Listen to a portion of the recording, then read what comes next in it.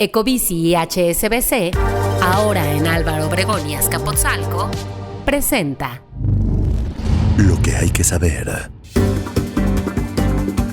Mafiocracia, el riesgo para México que los partidos no quieren detener. Transportistas bloquean carreteras por inseguridad y cada vez se contrata más talento de manera remota, pero hay riesgos legales. Es viernes 16 de febrero de 2024. Yo soy Diana Zavala y esto es Expansión Daily. Esto es Expansión Daily. Lo que hay que saber. Lo importante del día con los editores de Expansión. Expansión Daily. Lo que hay que saber. Bienvenidos. Bienvenidos y bienvenidas a un episodio más de Expansión Daily. Les recuerdo suscribirse y activar las notificaciones de la plataforma en la que nos escuchen para que no se pierdan ninguno de nuestros episodios. Me da mucho gusto hoy presentarles a Minet Sánchez, que está el día de hoy conmigo. Ella es periodista especializada en medios digitales, fundadora de Fábrica de Periodismo y ex Expansión. Estuvo muchos años aquí con nosotros. ¿Cómo estás, Ami? Hola, Diana, estoy muy contenta. Muchas gracias por la invitación. Hola a todos, gracias a ti y al equipo de Expansión por invitarme. Al contrario, muchas gracias a Minet por estar con nosotros y pues vamos a darle a la agenda del día. Hemos estado hablando y como lo he dicho seguiremos hablando durante todo este año de las elecciones y ahora vamos a hablar de una parte nada bonita de las elecciones, de una parte de hecho insegura y violenta que es la mafiocracia. Nuestra colega Karina García nos trajo una nota acerca de que este es el riesgo de México que los partidos no quieren detener y que acecha las elecciones no solamente de este año, sino las que se han llevado a cabo en los últimos años.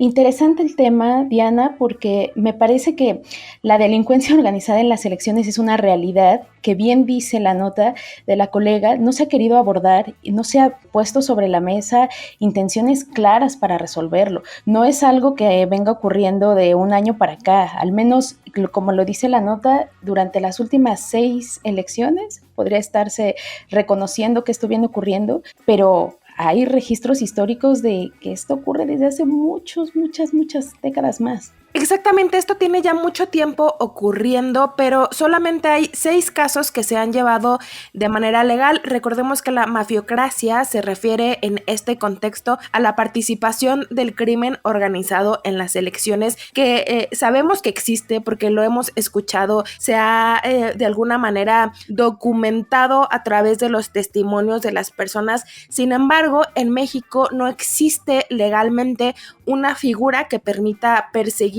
estos crímenes dentro del contexto electoral y no existe porque no se han llevado a cabo las iniciativas necesarias, pero porque tampoco los partidos lo han impulsado. En otros países se han implementado mecanismos para frenarlo, pero aquí en México no hay, entonces no se puede perseguir. Sí se persigue el crimen organizado, pues, pero no dentro de las elecciones. Cuando vemos una participación activa, bueno, al menos varios académicos han documentado, pues que tienen participación no solo en el tema de financiamiento, sino también en la protección, en temas de seguridad, en temas de asesinatos de aspirantes y candidatos. Yo creo que si por algo debemos comenzar es por atender el problema de asesinatos de candidatos y candidatas.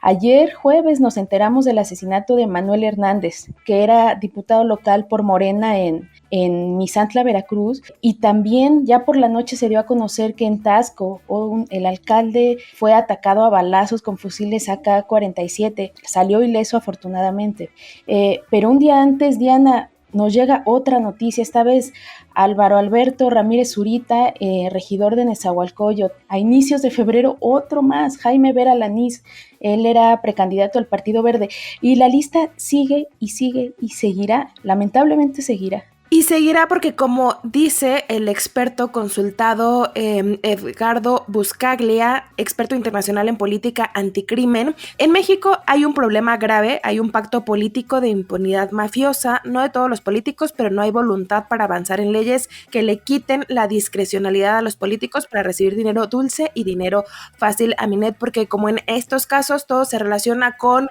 el dinero, con que el crimen organizado busca poner a sus candidatos, candidatos y a quitar a otros que no les conviene, y también con el financiamiento de las campañas. Aunque les repetimos, esto no se ha llevado a tribunales porque no hay figuras legales que busquen ni proteger a los candidatos a la política ni perseguir estos crímenes que aparte merman muchísimo la democracia en nuestro país. Y ahora pasamos a otro tema que ayer estuvo en boca de muchas personas porque causó un poco de caos en las autopistas, sobre todo las que se encuentran alrededor de la Ciudad de México, y es que los transportistas bloquearon las carreteras por inseguridad.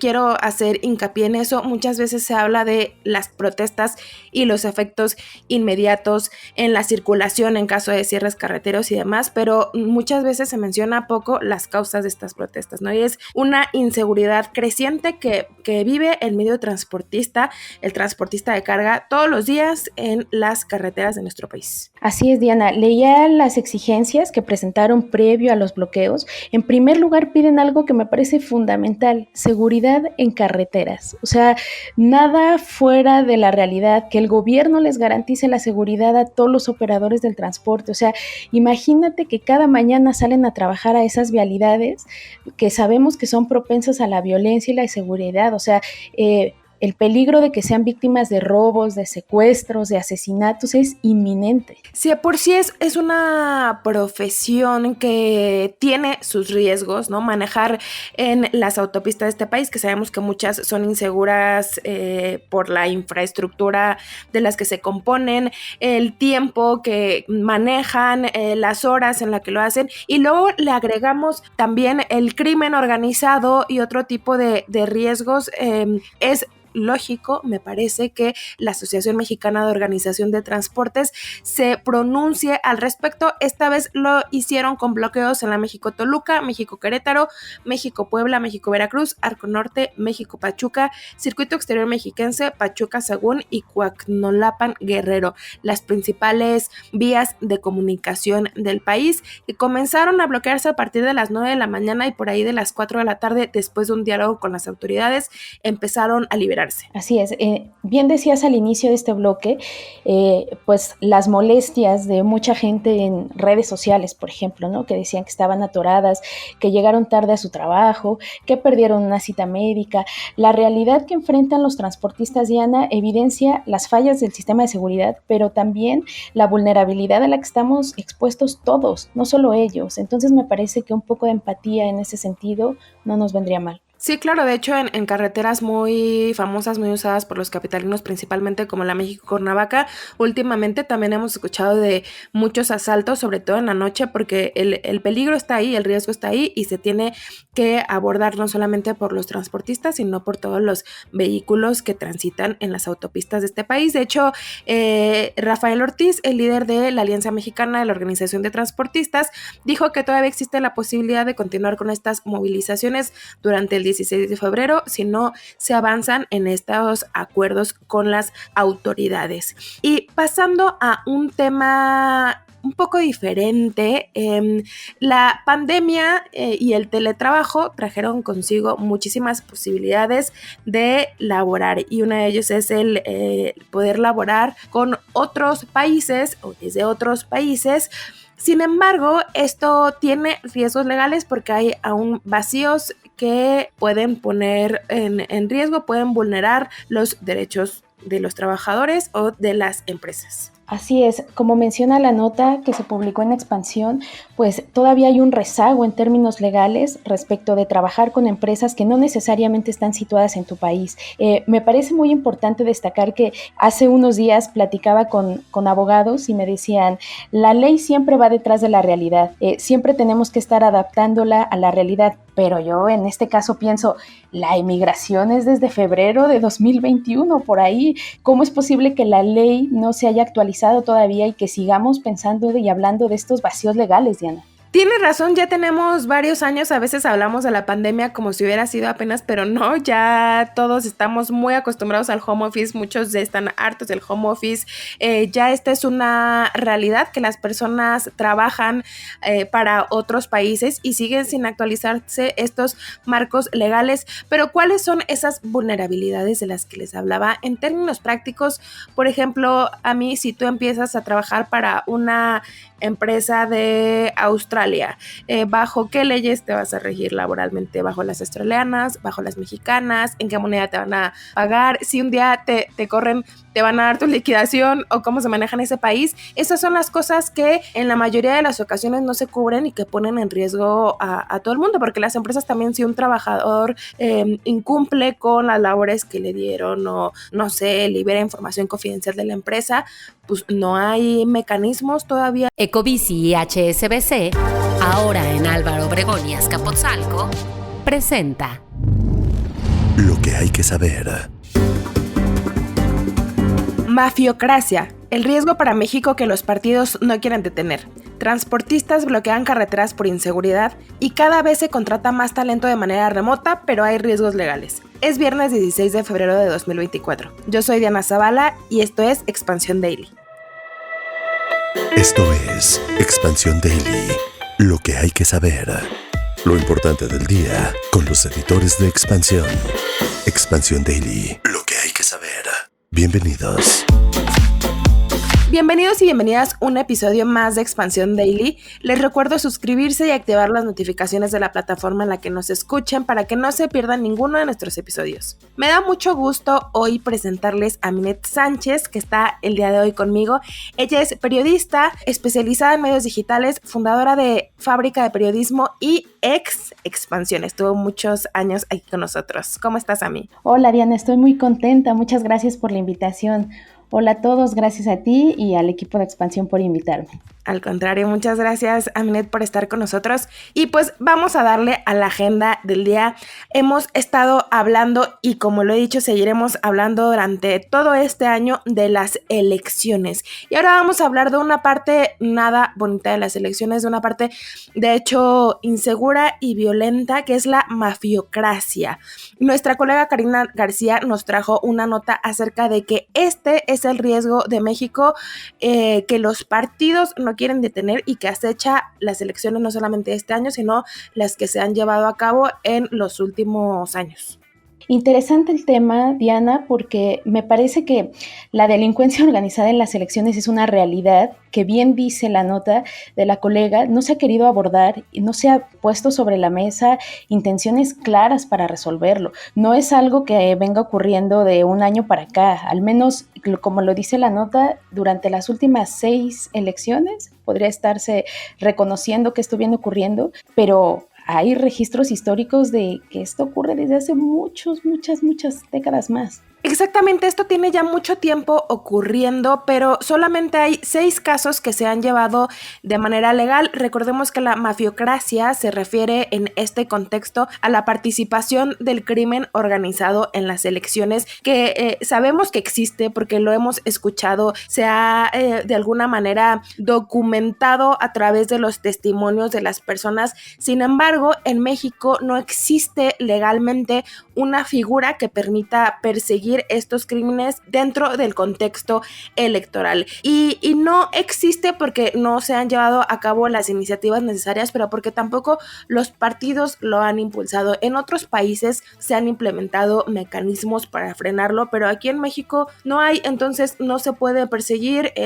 Sí se persigue el crimen organizado, pues, pero no dentro de las elecciones. Cuando vemos una participación activa, bueno, al menos varios académicos han documentado, pues que tienen participación no solo en el tema de financiamiento, sino también en la protección, en temas de seguridad, en temas de asesinatos de aspirantes y candidatos. Yo creo que si por algo debemos comenzar es por atender el problema de asesinatos de candidatos y candidatas. Ayer jueves nos enteramos del asesinato de Manuel Hernández, que era diputado local por Morena en Misantla, Veracruz, Y también ya por la noche se dio a conocer que en Taxco el alcalde fue atacado a balazos con fusiles AK-47, salió ileso afortunadamente. Pero un día antes, Diana, nos llega otra noticia, esta vez Álvaro Alberto Ramírez Zurita, regidor de Nezahualcóyotl. A inicios de febrero, otro más, Jaime Vera Lanís, él era precandidato al Partido Verde. Y la lista sigue y sigue y seguirá, lamentablemente seguirá. Y seguirá porque, como dice el experto consultado Edgardo Buscaglia, experto internacional en política anticrimen, en México hay un problema grave, hay un pacto político de impunidad mafiosa, no de todos los políticos, pero no hay voluntad para avanzar en leyes que le quiten la discrecionalidad a los políticos para recibir dinero dulce y dinero fácil a Minet, porque como en estos casos todo se relaciona con el dinero, con que el crimen organizado busca poner a sus candidatos y a quitar a otros que no les conviene, y también con el financiamiento de las campañas. Aunque les repetimos, esto no se ha llevado a tribunales porque no hay figuras legales que busquen ni proteger a los candidatos a la política ni perseguir estos crímenes que aparte merman muchísimo la democracia en nuestro país. Y ahora pasamos a otro tema que ayer estuvo en boca de muchas personas porque causó un poco de caos en las autopistas, sobre todo las que se encuentran alrededor de la Ciudad de México, y es que los transportistas bloquearon las carreteras por inseguridad. Quiero hacer hincapié en eso. Muchas veces se habla de las protestas y los efectos inmediatos en la circulación en caso de cierres carreteros y demás, pero muchas veces se menciona poco las causas de estas protestas, ¿no? Y es una inseguridad creciente que vive el medio transportista, el transportista de carga, todos los días en las carreteras de nuestro país. Así es, Diana. Leía las exigencias que presentaron previo a los bloqueos. En primer lugar, piden algo que me parece fundamental: seguridad en carreteras. O sea, nada fuera de la realidad, que el gobierno les garantice la seguridad a todos los operadores del transporte. O sea, imagínate que cada mañana salen a trabajar a esas vialidades que sabemos que son propensas a la violencia y la inseguridad. O sea, el peligro de que sean víctimas de robos, de secuestros, de asesinatos es inminente. Sí, por sí es una profesión que tiene sus riesgos, ¿no? Manejar en las autopistas de este país, que sabemos que muchas son inseguras por la infraestructura de las que se componen, el tiempo que manejan, las horas en las que lo hacen, y luego le agregamos también el crimen organizado y otro tipo de riesgos. Es lógico, me parece, que la Asociación Mexicana de Organización de Transportes se pronuncie al respecto. Esta vez lo hicieron con bloqueos en la México-Toluca, México-Querétaro, México-Puebla, México-Veracruz, Arco Norte, México-Pachuca, Circuito Exterior Mexiquense, Pachuca-Sagún y Coacnolapan-Guerrero, las principales vías de comunicación del país, que comenzaron a bloquearse a partir de las 9 de la mañana y por ahí de las 4 de la tarde, después de un diálogo con las autoridades, empezaron a liberarse. Así es. Bien decías al inicio de este bloque, pues las molestias de mucha gente en redes sociales, por ejemplo, ¿no? Que decían que estaban atoradas, que llegaron tarde a su trabajo, que perdieron una cita médica. La realidad que enfrentan los transportistas, Diana, evidencia las fallas del sistema de seguridad, pero también la vulnerabilidad a la que estamos expuestos todos, no solo ellos. Entonces me parece que un poco de empatía en ese sentido no nos vendría mal. Sí, claro, de hecho en carreteras muy famosas, muy usadas por los capitalinos principalmente, como la México-Cuernavaca, últimamente también hemos escuchado de muchos asaltos, sobre todo en la noche, porque el peligro está ahí, el riesgo está ahí y se tiene que abordar no solamente por los transportistas, sino por todos los vehículos que transitan en las autopistas de este país. De hecho, Rafael Ortiz, el líder de la Alianza Mexicana de la Organización de Transporte,